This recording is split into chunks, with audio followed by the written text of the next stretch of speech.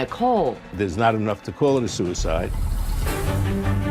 Tonight, 2020's investigation lighting a fire under an 8-year-old cold case. The family's strongest argument is this abrasion. Follow along as we retrace Annie's final hours far from home. So Annie might have been here on Halloween night. No stone left unturned, doing the job they say the police didn't. They treated this evidence like trash. From a pastry shop. She goes, oh my gosh, that's her. She was here. To a funeral home. We always thought murder right away. The Capitol to the state penitentiary. Our first question was, did you kill our daughter? And finally, the police, with nothing new to say to the parents, but talking to 2020. What do you say to this family who says you didn't do your job, that you left them hanging? Answers for Annie. Good evening, I'm Elizabeth Vargas. David is on assignment tonight. At a time when so many of you have your children home for the summer, these parents have a never-ending mission. Still trying to find out what happened to their teenage daughter, how she died 8 years after the fact. 8 years after the police say they do know what happened. What will you decide tonight? Join the conversation. We're live on Facebook and Twitter as Deborah Roberts tries to find answers for Annie. Alexandria, Virginia, a stone's throw from the nation's capital. An upscale suburb in Fairfax County with historic cobblestone streets, pleasant homes, and top-notch schools like West Potomac High. On Vantage Drive, it was the picture of tranquility until early Halloween morning in 2008. And then this is Annie's room. Is it hard to come in here? No, it's joyful because it's Annie. It was barely 6 a.m. and Dan McCann was saying goodbye to his 16-year-old daughter, Annie, before heading off to his managerial job with TSA in D.C. His wife, Mary Jane, a former White House IT worker and now stay-at-home mom, was on her way to upstate New York to visit the couple's son, Sam, in college. Annie, a high school junior, was a passionate artist and good student who played basketball and made her mom laugh. Annie was funny, quirky, witty. She was just a delight. She was just a person that I feel like everybody liked Annie. Former classmate China Johnson Owens first met Annie in 7th grade. Annie McCann was an angel on earth, honestly. Her parents say Annie was young for her age, sheltered and a homebody. There was no Snapchat or Instagram yet, and the McCanns heavily monitored their daughter's time online. She could barely work a flip phone, and she just got her Facebook account. So I said, yes, you can have a Facebook account, but I get to look at it when I want. I want the passwords, everything. What's here that she did? It wasn't an issue since Annie preferred drawing and painting anyway. That is really pretty, though. Yeah. Look at the colors. Her work decorating the family home. She was talented. Very, very much so. Always put everything in a frame for her so she knew that it was important. Her big obsession was capturing her cherished dog, Breezy Max. She absolutely loved her dog, Breezy. That's and a he's painting. at the top of... I actually thought that was a photo for a second. No. Annie's artistic touch even extended to Halloween with goodie bags she insisted on making. She was too old to trick-or-treat, so she transferred her enthusiasm into giving the gifts out. But just hours before trick-or-treaters would arrive, the first hint of trouble. Annie hadn't phoned her mom, something out of character. Oh, she always called me like clockwork after school. Mary Jane knew her daughter's routine. Straight home after school, and if neither mom nor dad were home, she'd call. Up in Ithaca, New York at Sam's college, when Mary Jane didn't get that usual ring of reassurance, she worried. You know, as a mom, you just know. I got this gut. Something's not right. And so I called a neighbor. I said, are any signs of Annie? No. Any signs of the car? No. Annie used the family's white Volvo to get to and from school. Thoughts going through my mind, oh my God, what if she's, and you're thinking, what if she's, oh my God, what if she's in a car accident? Please God, let her be okay. A panicked Mary Jane calls Dan, who rushes home and finds the house phone ringing. Would it be Annie or someone who knows where she is? And I answer, and it's an automated message from the Fairfax County Public School System, reporting that your son or daughter was absent today. the whole day. I almost collapsed. So now you realize she was never even at school. Right. So I call the police. Get over here now. There's little to go on, and the Fairfax County officer who arrives isn't overly concerned. Maybe this is a typical teen acting out. People were saying, don't worry, she just ran away, she'll be back. You know, kids do this all the time. It's not uncommon. Don't worry about it. But Mary Jane is worried. Her daughter is far from rebellious and only recently had gotten her ears pierced. She's diligent about keeping them clean with a first aid spray Bactine. Keep that in mind. You won't believe how important it will be later.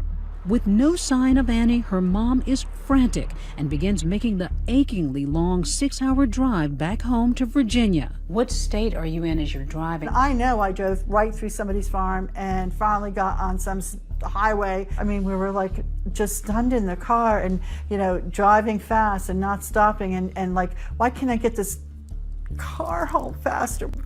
We have to find Annie. We didn't know where the hell to go. We didn't know what to do. We did the best we could. How did you get through that first night? I don't know. It was torture, wasn't it? It was torture, yeah. But the torment is only beginning. When the call came in, I was told it was a dead junkie behind a dumpster. Not even 48 hours later, homicide detective Sean Jones responds to a call. I really honestly thought it would be a 20-minute type it up and be done. Not so much. But the call isn't in Alexandria, it's here. The Perkins Homes housing project in Baltimore, Maryland, 50 miles and another world away from the McCann's bucolic neighborhood.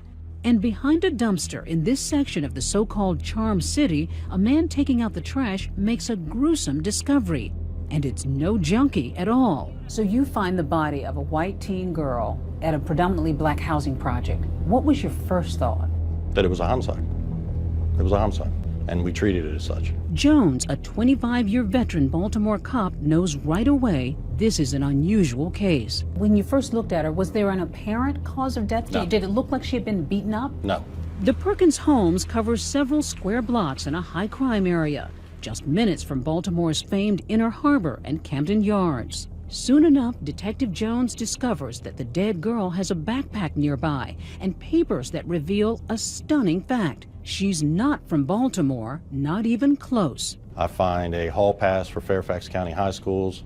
I find her driver's license, and I have people back at the office call the Fairfax PD. A half hour later, the identity is confirmed. It's Annie McCann. Detective Jones leaves the ugly crime scene, driving to suburban Virginia to break the news to the McCanns in person. How as a parent do you even...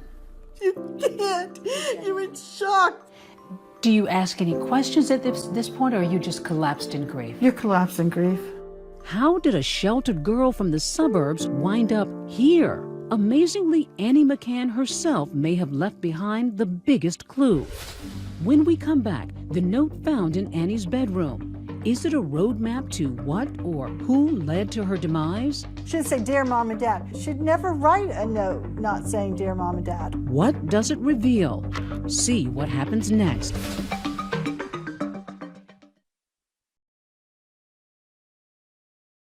Nightfall in Baltimore, trapped between a dark harbor and sinister sky. A city with a long history of murder and mystery, ever since Edgar Allan Poe wrote and died here.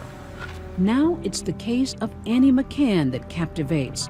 How does a white 16-year-old girl from the Virginia suburbs wind up dead here in the projects? Her stunned parents haunted this Halloween night by a note left on their daughter's bed. This morning I was going to kill myself, but I realized I can start over instead. If you really love me, you'll let me go. What started as a suicide note was beginning to sound like a runaway note. Goodbye. I know I'm only 16, but I'm almost 17. I'll be careful. That's how that note ended. I'll be careful. Why would she run away? Was there something brewing that maybe... Well, apparently. But was there something possible that you could look back on and think, maybe she was upset about this? No. Dan called me and told me, and I'm like dropping the phone like, what? What, indeed. Equally as confounding is what they will learn later, that Annie had taken $1,000 in cash, money she'd stashed away, all her favorite clothes, even a box of Cheerios.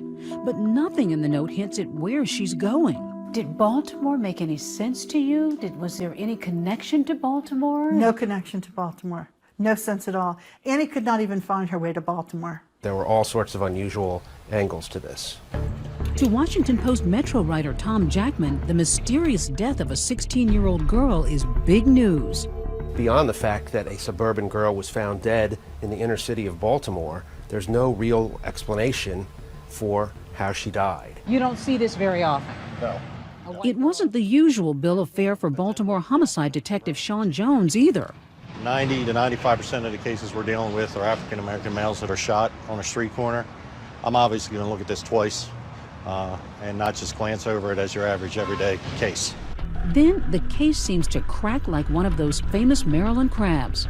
First, police find Annie's Volvo abandoned at a gas station. Then, a tiny clue, a smudge. It's a fingerprint that matches someone already in their database. Could it be Annie's killer? We had to get the fingerprint processed, and then once we got the name back from the fingerprint, that's when we moved on that. Turns out the print belongs to a teen boy who says he and some friends came across the car in the projects. He says Annie, face down in the back, is already dead. So, as twisted as it sounds, they dump her body and go joyriding in her car. So these boys just dumped her body? Yes, ma'am. And took the car? Yes, ma'am. One young man connected to the group, Darnell Kinlaw. Remember that name because you'll hear it again. But police don't charge him or anyone with assaulting Annie, in part because of the condition of her body. They're certain Annie was not beaten, strangled, stabbed, or shot. When I initially met the McCanns, I made it very clear that I didn't know what we had, and that the autopsy, 99.9% of the time, is going to give us more clarity on what we're dealing with. Then the autopsy results are in, and they're a surprise to everyone. Annie had a small amount of alcohol in her blood, but a large amount of something else. Lidocaine. Lidocaine. Lidocaine? 100 lidocaine? It's a drug you may have heard of on those medical shows like Grey's Anatomy. Nasal speculum and lidocaine. To finally relieve your pain, now's the time for lidocaine. It's also a common numbing agent in all kinds of over-the-counter products, including Bactine. Relieves pain on contact. Bactine. The antiseptic Annie had for her newly pierced ears.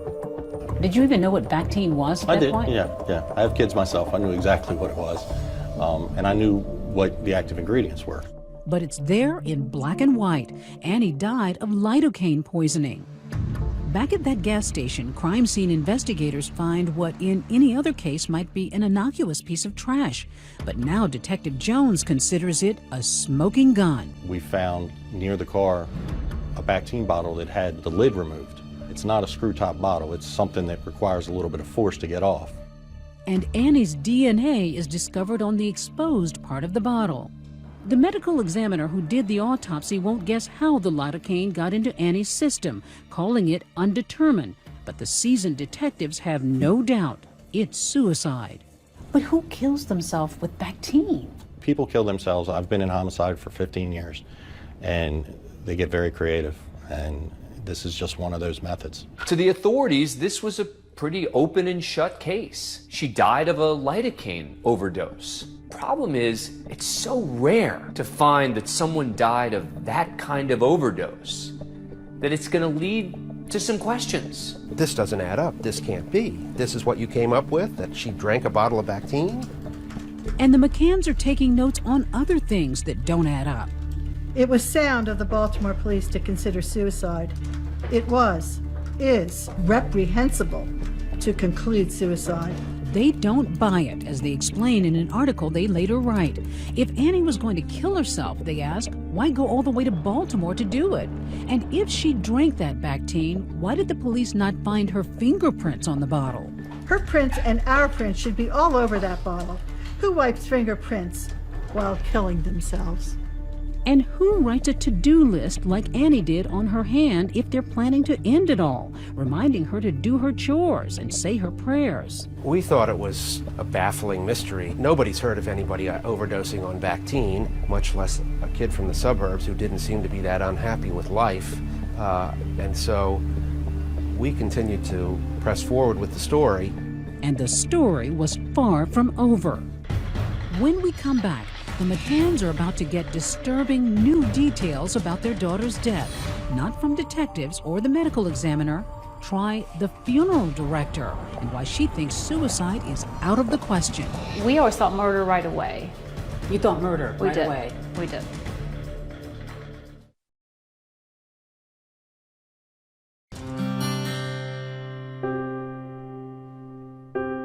It's a ritual no parent should ever endure.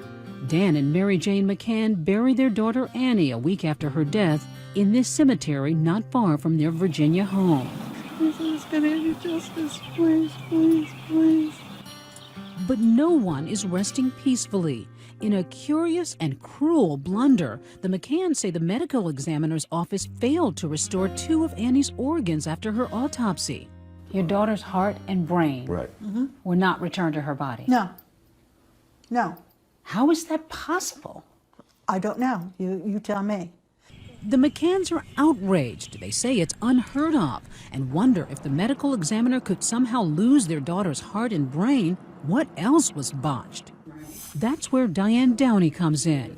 We tracked her down at this Alexandria funeral home where she spent 25 years preparing bodies for burial.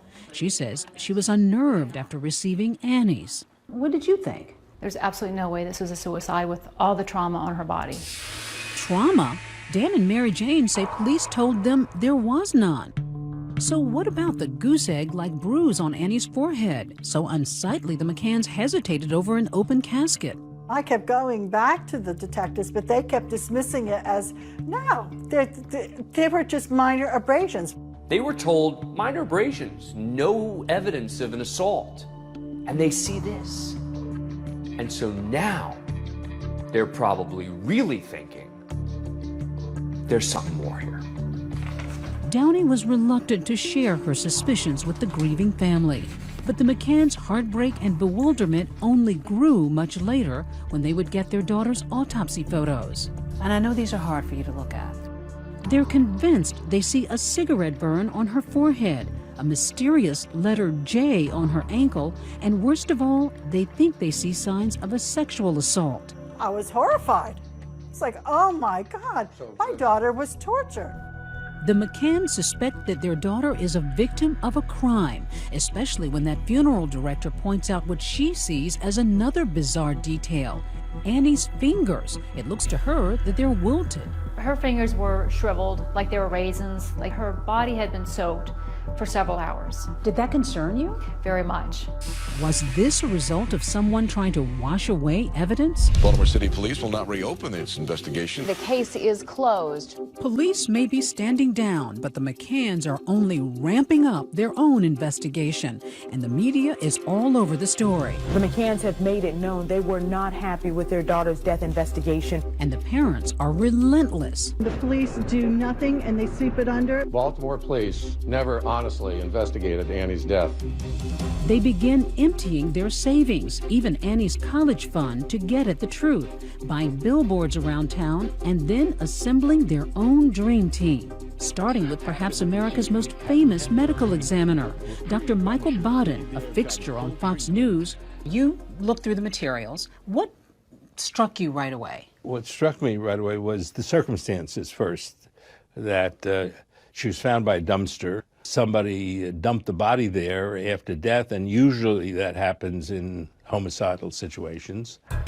Baden says in 50 years of death investigations, he's never heard of anyone killing themselves by drinking Bactine. And in his opinion, there wouldn't be enough lidocaine in one bottle to kill Annie anyway. So you were convinced that Annie McCann did not commit suicide by drinking Bactine? That was my opinion, yes. That's when it went, for me personally, it went, holy cow, she was murdered. Still, no change in posture for the Baltimore police. If you come across being angry, no one's going to help you. You come across, if you're nice, no one's going to help you.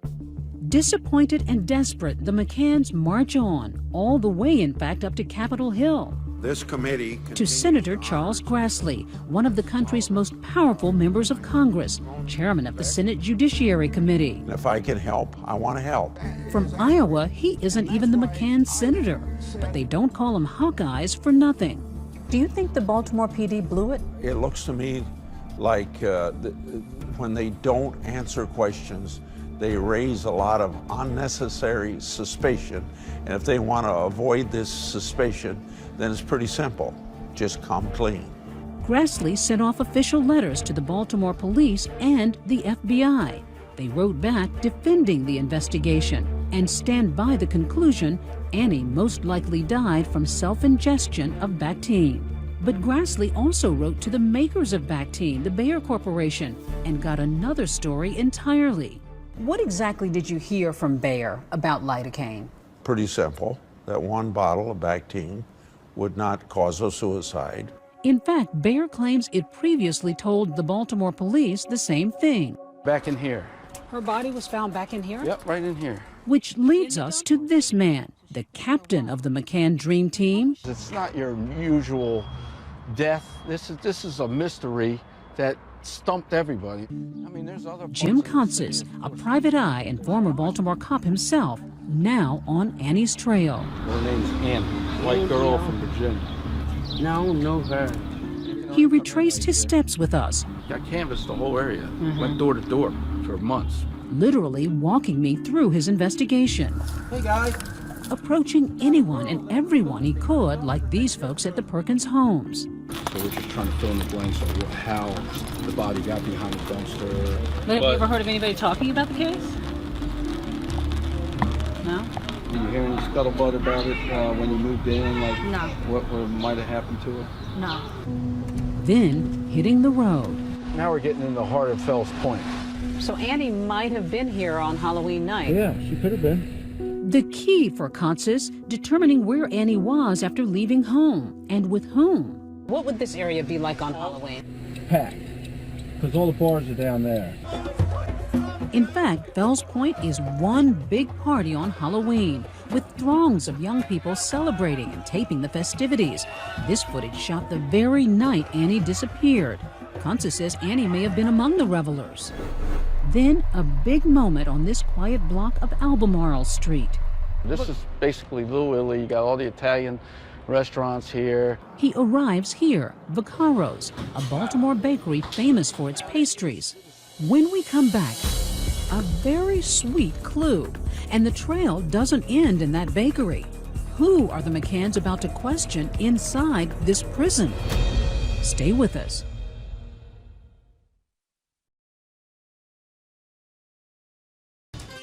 Vaccaro's pastry shop is a landmark in Baltimore's Little Italy. He wants an espresso. Famous for cappuccino and cannoli, it would become the setting for a stunning development in the case of Annie McCann. What brought you here?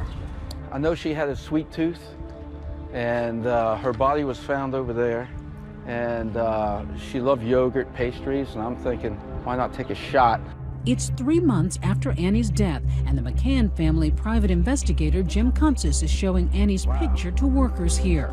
So you came up to the counter here? Yeah, I came up to the counter. A clerk takes a look at the picture. One guy goes, "Oh yeah, I think I remember her. Yeah, she was cute."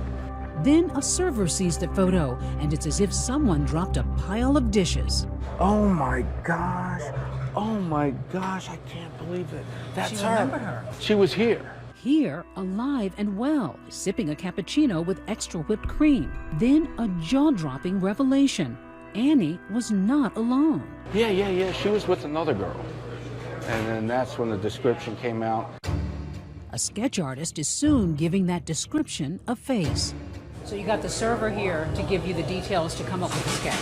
Right, and then once the sketch was complete, she looked at it and she says, "That's her."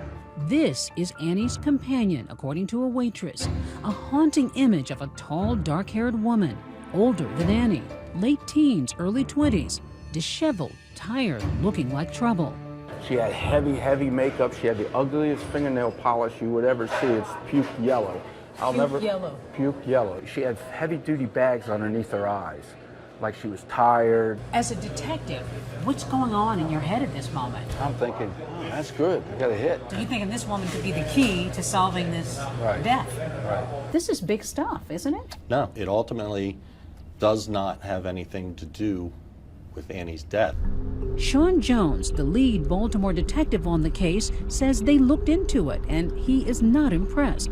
Not by the sighting of Annie, not by the mystery woman with her. But if she's sitting and having coffee or a dessert with a disheveled young woman, that doesn't set off any bells for you? Of course it does. It's important, but ultimately we weren't able to verify that it even happened. The McCanns also released this sketch of a woman seen with Annie in Little Italy the day before her death. The McCanns publicized the sketch, hoping someone will recognize the girl with puke-colored fingernails, one person who might possibly be able to shed light on their daughter's death. There have been many leads over the years, but they've never been able to track her down. Every time they would find a lead, then they'd, hit a dead end, and it's like the mystery continues. Just when many might have given up, the case of Annie McCann takes another strange turn. Nearly 3 years after her death, a murder.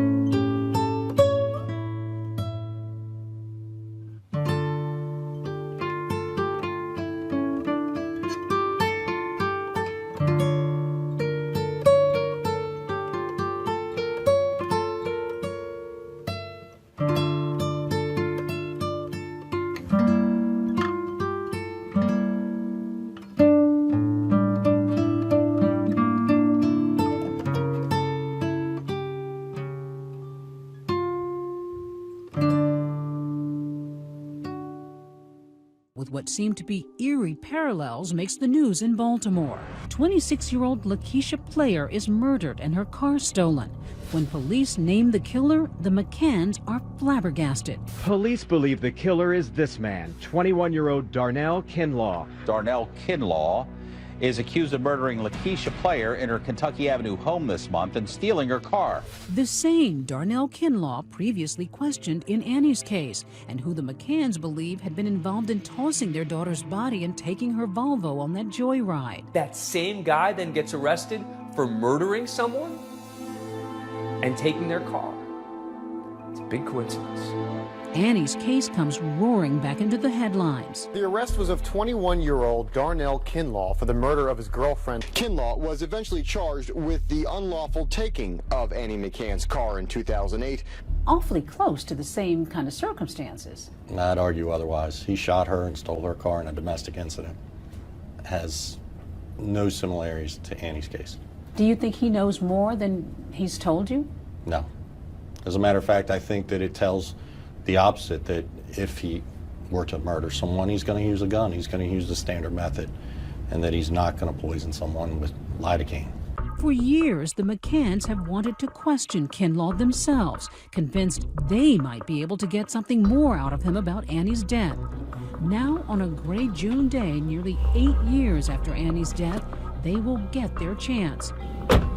Kinlaw has surprisingly agreed to meet with them. Dan and Mary Jane leave their Fairfax County home for the nearly 3-hour ride across Maryland. Are you nervous? No. Oh, yeah. Because I know that we might not get anything. Yeah, that's what I fully expect. They might accidentally tell the truth or do it on purpose. We're going to interview one of what we believe are 5 thugs, at least 4, and we believe 5, who dumped Annie's dead or dying body from her car and then took the car for a joyride. Give us this day our daily bread and forgive us our trespasses. Praying as they drive and strategizing. We want to know the circumstances under which he found the car, found Annie. Had he seen her before? Had he seen her with anybody else? And can he please find it in his heart to help us find out who, not him, murdered our beautiful daughter. Coming up, are the McCanns face-to-face with their daughter's killer? Does Darnell Kinlaw have answers about Annie? Watch what happens next.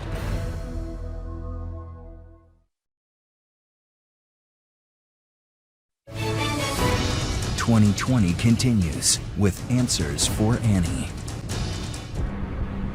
Dan and Mary Jane McCann drive 150 miles across Maryland, doing the kind of detective work they say the Baltimore police are not. They're going to question Darnell Kinlaw, a young man they believe was involved in dumping their daughter's body and joyriding in her car in Baltimore nearly 8 years ago. Kinlaw's now doing 30 years for murdering his girlfriend, Lakeisha Player, and taking her car. That takes a lot of guts. For these parents to walk into a maximum security prison and sit down and interview a man who they think may have killed their daughter? He was on the other side of thick glass. And we could hear each other very well. They make small talk with the killer and even pray together.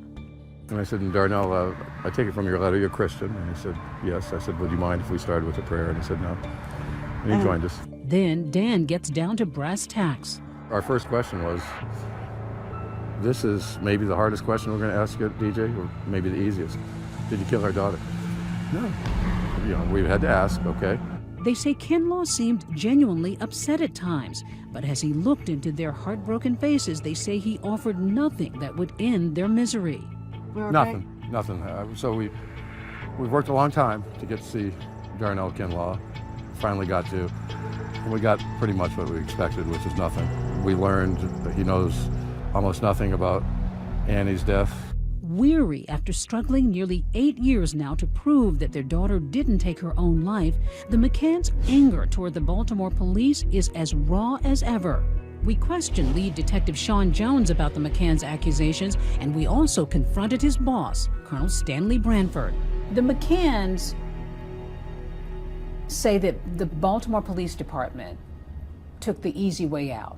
By labeling this as suicide, they were able to wash their hands of it and move on to another crime. I'm sorry that they feel that way, but that's simply not the way we approach this case. I can tell you that this case has been thoroughly investigated, not only by us, by the FBI, that we asked to come in and evaluate our investigation. Doesn't this family deserve more answers? We've given them all we can give. We cannot provide answers that we do not have. We possibly believe that Annie McCann committed suicide. Suicide. But this is a girl who lived in the suburbs. Why would she drive 50 miles to a housing project in Baltimore to commit suicide? Well, that I can't answer because I don't know the mindset of Annie at that time. But police do share stunning evidence with us the McCanns did not. We already knew about the letter Annie wrote saying she was going to kill herself and changed her mind. But now police revealed their investigation found other notes in which Annie talks about suffering with anorexia and depression. She writes to a friend, "My suicide has nothing to do with you." In another note, "Pressure has gotten to me. I can't do it anymore." And no one blamed themselves for this. This is all on me. In all of her writings, she had indicated that she was leaving, and she expressed to some degree that she was tired of living. In response, the McCanns insist Annie did not intend those as suicide notes. One was found crumpled up under her bed, the other partly crossed out. Now, my heart goes out to her parents. We have responded to every request that they made. We responded to every piece of information that came in. After 1,200 hours on the case, the Baltimore Police Department stands by its belief that Annie took her own life by drinking Bactine. It's a critical question at the core of Annie McCann's death. Is there enough lidocaine in a single 5-ounce bottle of Bactine to kill a 16-year-old girl? The McCanns' medical experts are at odds with the Baltimore ME. So 2020 contacted Dr. Bill Mannion, a board-certified forensic pathologist. He estimates he's determined cause and manner of death in 2,500 cases over the years, but not one of them involved Bactine or lidocaine. Bactine, I had never heard of that before. To be honest, I didn't know it was capable of killing you, but it is capable because it has lidocaine in it, and lidocaine is a toxic drug. He says a bottle of Bactine does contain a potentially fatal dose of lidocaine. Yes, there is enough in a bottle of Bactine to kill someone. Even in a half a bottle, they're roughly 2 grams, and that would be enough to cause death. Even the McCanns' own expert, Dr. Bodden, says some of their worst fears about what happened to their daughter are unfounded. The funeral director felt convinced that she saw signs that Annie might have been sodomized. Did you see any indication of that in either the photos or in any of the material you reviewed? No, I didn't. Well, I don't see evidence that she was sexually assaulted. As for that distinctive-looking letter J on Annie's ankle, Dr. Bodden says it may just be an accidental pattern from blood settling. It was the way the lividity, the blood settled in the body after she had died. So you don't think that was a marking, a letter, some kind of a tattoo? That's correct. You don't think so? I do not think so. There's also some talk that there may have been a cigarette burn on her head. I don't think it was a cigarette burn. You don't think that was another sign of some kind of abuse? No. On one of our visits with the McCanns, they show us bins of evidence they say the police returned to them. How long has it been since you've gone through these things? Years. And there, among Annie's things, a discovery that seems to surprise even her parents. She didn't take that from me. Digital camera. Her digital camera still sealed in a police evidence bag. Is it possible this has gone untouched and unnoticed for nearly 8 years? Mary Jane plugs the memory card into a laptop. When we come back, what Annie's camera saw. Stay with us.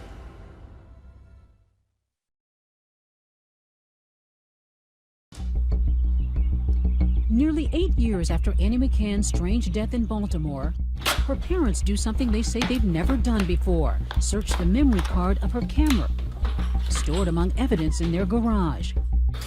This is what they find: 14 photos, apparently taken by Annie. It says May 2008. But the pictures couldn't be more innocent. Just the dog. It's Annie's old pal, the family dog, Breezy Max. Later, Baltimore police tell us they checked that camera years ago. Yet another disappointing dead end. But the McCanns are determined to keep fighting. Her death needs to be changed to homicide. The McCanns feel that the Baltimore PD botched this case. Did you botch it? No, ma'am, not at all. What if you're wrong? What if there's a murderer out there and you missed it? I'm not. You're convinced that this is a suicide? Yes, ma'am. No doubt in your mind? None whatsoever. There is absolutely no evidence to indicate that this is a murder. Recently, Mary Jane took another road trip. An emotional journey to Baltimore. We're going to go meet Wanda Player. She's just a really very special lady. That special lady Wanda is Lakeisha Player's aunt. The McCanns bonded with her when the two families were attending court appearances for Lakeisha's killer, Darnell Kinlaw.